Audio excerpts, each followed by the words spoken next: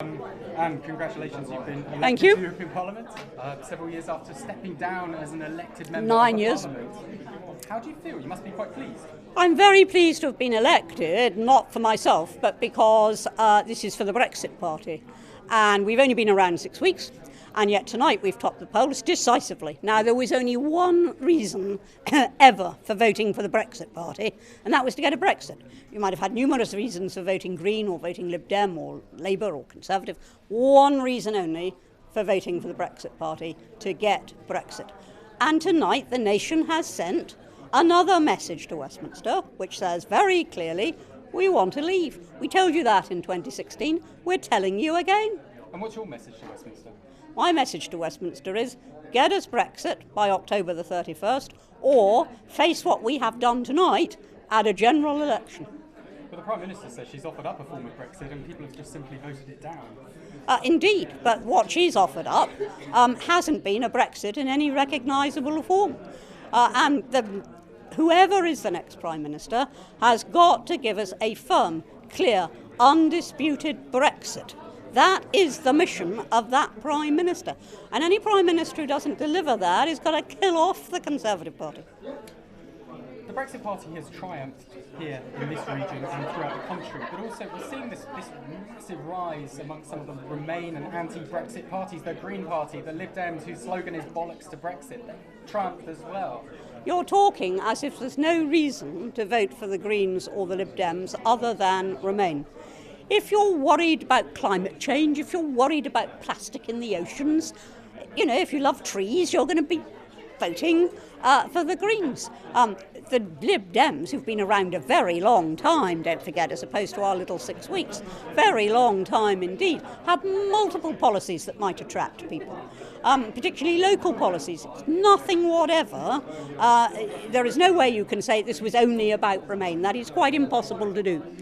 Brexit Party, it was always about Brexit and nothing else. We have nothing else on offer yet. We will if we have to fight a general election. But this time round, we wanted to ask the nation a simple question.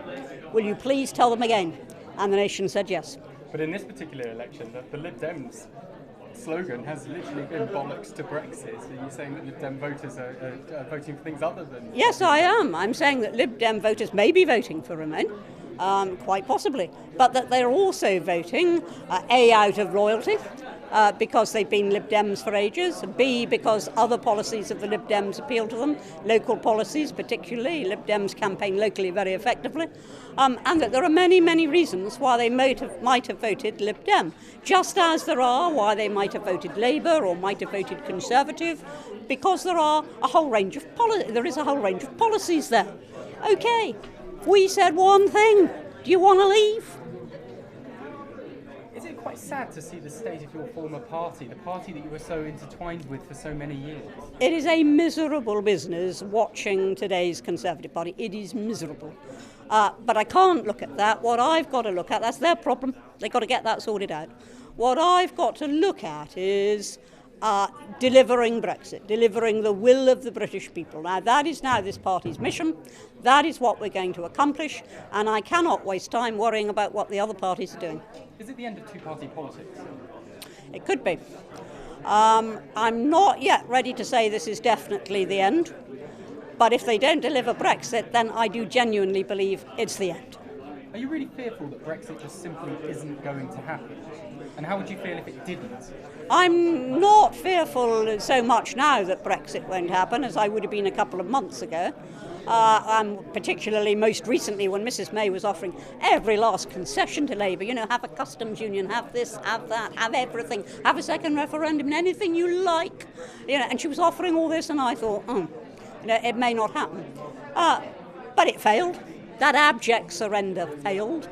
And so now I am quite confident that after the message that's gone out tonight, that should focus minds at last in Westminster. Because we haven't just been hitting the Conservatives tonight, we've been hitting the Labour Party big time as well. Now those are the two big parties in Westminster. Both of them quite like being in power, so they'd better get on and do what the people want. What should the next British Prime Minister